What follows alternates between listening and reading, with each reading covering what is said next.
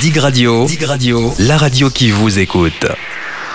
Présentation aujourd'hui du campus des établières de Fontenay-le-Comte par Fabien Vary, Isaora Kater et Nathalie Loiseau qui sont responsables du formation, conseillères administratives et sociales et maîtres professionnels.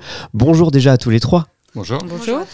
Alors pour commencer et vous connaître, quelles sont vos missions ? On va commencer par Fabien. Quelles sont vos missions au centre du campus des établières de Fontenay-le-Comte ? Bonjour Nicolas. Donc moi au niveau du site de Fontenay-le-Comte, donc j'ai la responsabilité en fait du centre de formation. Donc c'est-à-dire de s'assurer du bon fonctionnement du site. Alors il y a l'organisation pédagogique, on a l'organisation du recrutement, puis après toute la gestion administrative, donc la gestion du budget, la gestion des moyens, la gestion administrative, et puis enfin donc tout le développement au niveau de l'activité du site. Isaora, en tant que conseillère administrative et sociale, quelles sont vos missions ? Alors, je suis conseillère administrative et socio-éducative et ma mission principale est d'accompagner et de conseiller les résidents durant leur parcours résidentiel et veiller au bon fonctionnement de la résidence. Et Nathalie, en tant que maître professionnel au campus des établières de Fontenay-le-Comte, quelles sont vos missions ? Donc moi je m'occupe du restaurant Les Trois Couleurs qui se situe à la résidence et donc je m'occupe des approvisionnements, de l'élaboration des menus et aussi du bon fonctionnement en général, avec aussi la formation des jeunes CAP production, services et restauration. Parlez-nous du site Fabien maintenant du campus de Fontenay-le-Comte des établières. Qu'en est-il de ce site ? Alors voilà, donc nous sur le site de Fontenay, on a la particularité de concentrer toutes les activités en fait qu'on a au niveau des établières, du groupe. Donc à savoir effectivement donc la partie formation, la partie logement et puis donc la partie production par l'intermédiaire du restaurant. À côté de cela, on a également un partenariat fort avec l'ADPI ARIA, donc à travers l'IME et puis le FHS, donc que ce soit au niveau de la formation ou du logement. Voilà, donc l'idée c'est de pouvoir favoriser l'inclusion donc par la mixité des publics présents sur site, à savoir donc on a aussi bien des salariés, des partenaires, des personnes en situation de handicap ou en reconversion professionnelle et puis également donc des jeunes que ce soit des apprentis ou autres en formation. Quelles sont les formations que vous proposez ? Alors justement donc au niveau des formations, on va on accueille donc des jeunes de 16 ans jusqu'à du bac+3. Donc après en termes de formation, on a donc pour la rentrée prochaine donc une nouveauté qui est la prépa apprentissage donc qui est pour des jeunes de 16 à 29 ans dès la sortie de 3e en fait. Voilà, donc après on a également donc, le CAP en production, services et restauration, donc que l'on fait à travers l'école de production et puis également au travers de dispositifs régions donc tels que Visa Métier. Et puis donc on a également donc deux formations supérieures, donc un titre professionnel en système d'information géographique, donc qui est un bac+2 en sortie, et une certification professionnelle de QSE, donc qualité, sécurité, environnement, donc qui est un bac+3 sortie.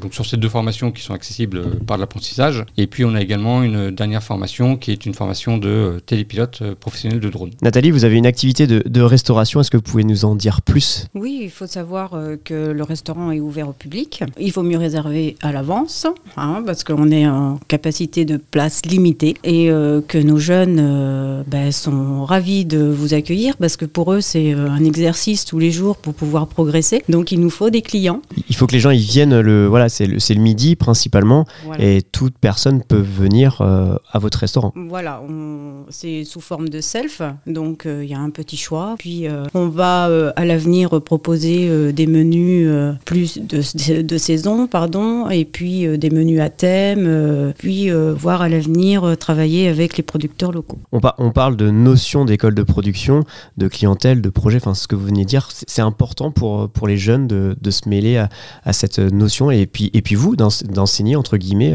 cette école de production. Bien sûr, parce que de toute façon ce CAP est très, très complet en fait, parce que du coup ils vont avoir des notions d'hygiène, de service, de production de cuisine, et ce qui va leur ouvrir beaucoup de portes après pour l'emploi et aussi leur permettre de continuer leurs études pour certains si ils se révèlent dans la cuisine ou dans l'accueil du client et la vente par exemple. On a beaucoup parlé pendant les podcasts et les partenaires qu'on a reçus hier mercredi sur les campus des établières de logement. Je vais venir vers vous Isaora, le logement c'est forcément un atout en plus.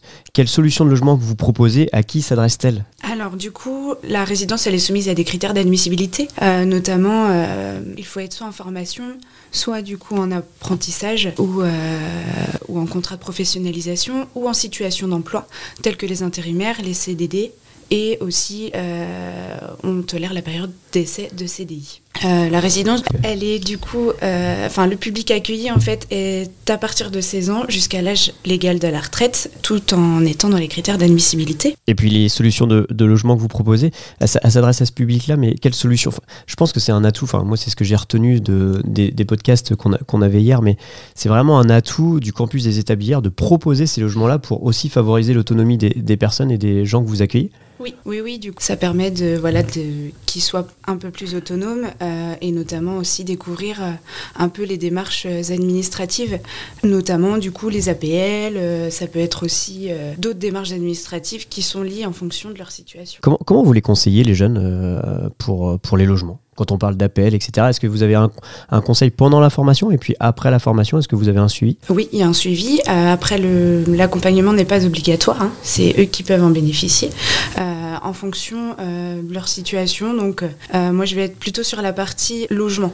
Donc, forcément, je vais les guider sur faire une simulation APL, par exemple. Ou alors, il existe aussi des aides pour le dépôt de garantie. Donc, aussi les accompagner dans ces démarches-là pour savoir s'ils y ont le droit ou pas. Quand on parle de logement, on voit que c'est important et on voit aussi que ça permet l'insertion des jeunes. Est-ce que vous sentez après, dans le suivi, une autonomie qui arrive plus facilement pour ces jeunes-là quand vous les retrouvez peut-être après l'école de production ? Ah oui, ils ont acquis du coup les acquis de la vie en fait, tout simplement.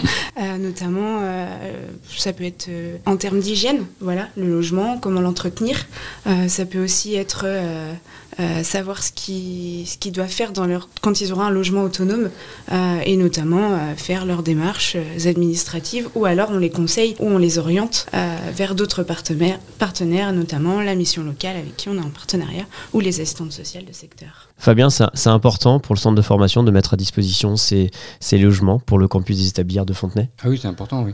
Puisque ça permet effectivement d'avoir une offre, on va dire, globale. C'est-à-dire qu'à la fois, sur la partie formation, une solution d'hébergement, et puis donc, couplé effectivement avec un service de restauration le midi. Donc ça permet d'avoir effectivement cette offre globale, notamment pour des personnes qui ne sont pas nécessairement sur le territoire. On a, notamment sur les formations supérieures, on a des recrutements qui sont régionaux, voire même nationaux sur certaines formations. Donc ça permet effectivement d'avoir ce complément en plus de la formation et de pouvoir disposer d'un logement sur place. Et puis ça peut être également l'occasion pour des personnes qui sont soit en difficulté de mobilité ou qui ont des problématiques de logement sur le territoire. Oui. Comment on fait pour s'inscrire, les conditions, les renseignements, voilà, que ce soit pour la restauration, le logement, les formations, etc. Est-ce que vous pouvez nous détailler toutes ces inscriptions ? Alors sur la partie, que ce soit la partie formation et la partie logement, donc vous retrouvez toutes nos informations, tous nos descriptifs sur notre site internet, donc sur lequel vous pouvez effectivement donc télécharger des dossiers de candidature, donc soit au logement, soit à la partie formation.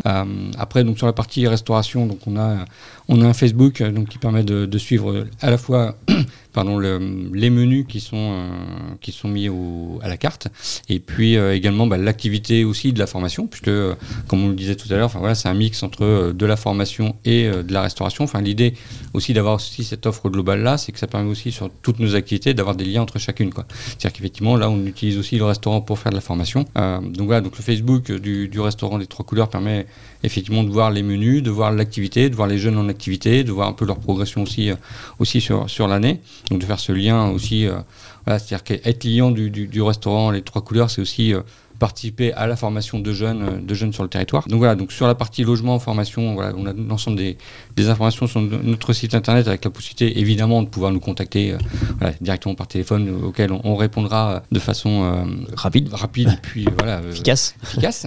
Mais effectivement, le côté efficace, c'est aussi le fait que ne serait-ce que ou un contact téléphonique ou une venue sur site, je veux dire en une demi-heure, vous avez une proposition de formation, une proposition de logement et une proposition de restauration. Donc c'est vrai qu'il n'y a pas 50 démarches ou 50 intermédiaires effectivement à avoir. C'est-à-dire que sur place, vous pouvez rencontrer les trois structures pour pouvoir vous proposer, pour pouvoir aussi vous projeter aussi sur une année complète. Voilà. Et puis donc pour la partie restaurant, effectivement donc toute la partie réservation peut se faire aussi via le Facebook ou alors effectivement directement par par téléphone. Ma dernière question, c'était, on a vécu un théâtre hier fait par vos équipes pendant 6 mois. Est-ce que c'est quand même une fierté de voir les jeunes aujourd'hui produire ce genre de théâtre qui a satisfait principalement les gens qui étaient présents hier après-midi sur le campus des Établières?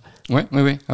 Même, nous on est très satisfaits effectivement de ce qu'ils ont produit et je pense que ça se ressentait aussi dans leurs attitudes et puis dans le regard, c'est-à-dire qu'ils avaient le regard qui pétillait.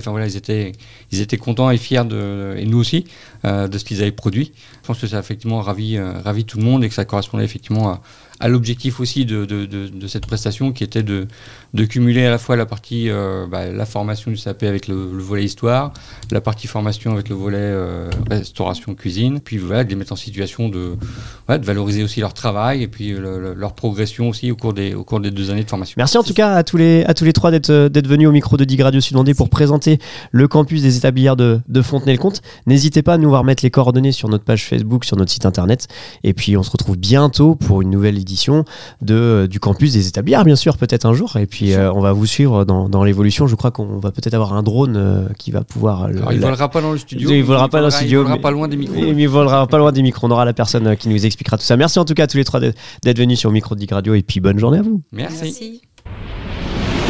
Toute la journée, vous écoutez Dig Radio sur digradio.fr.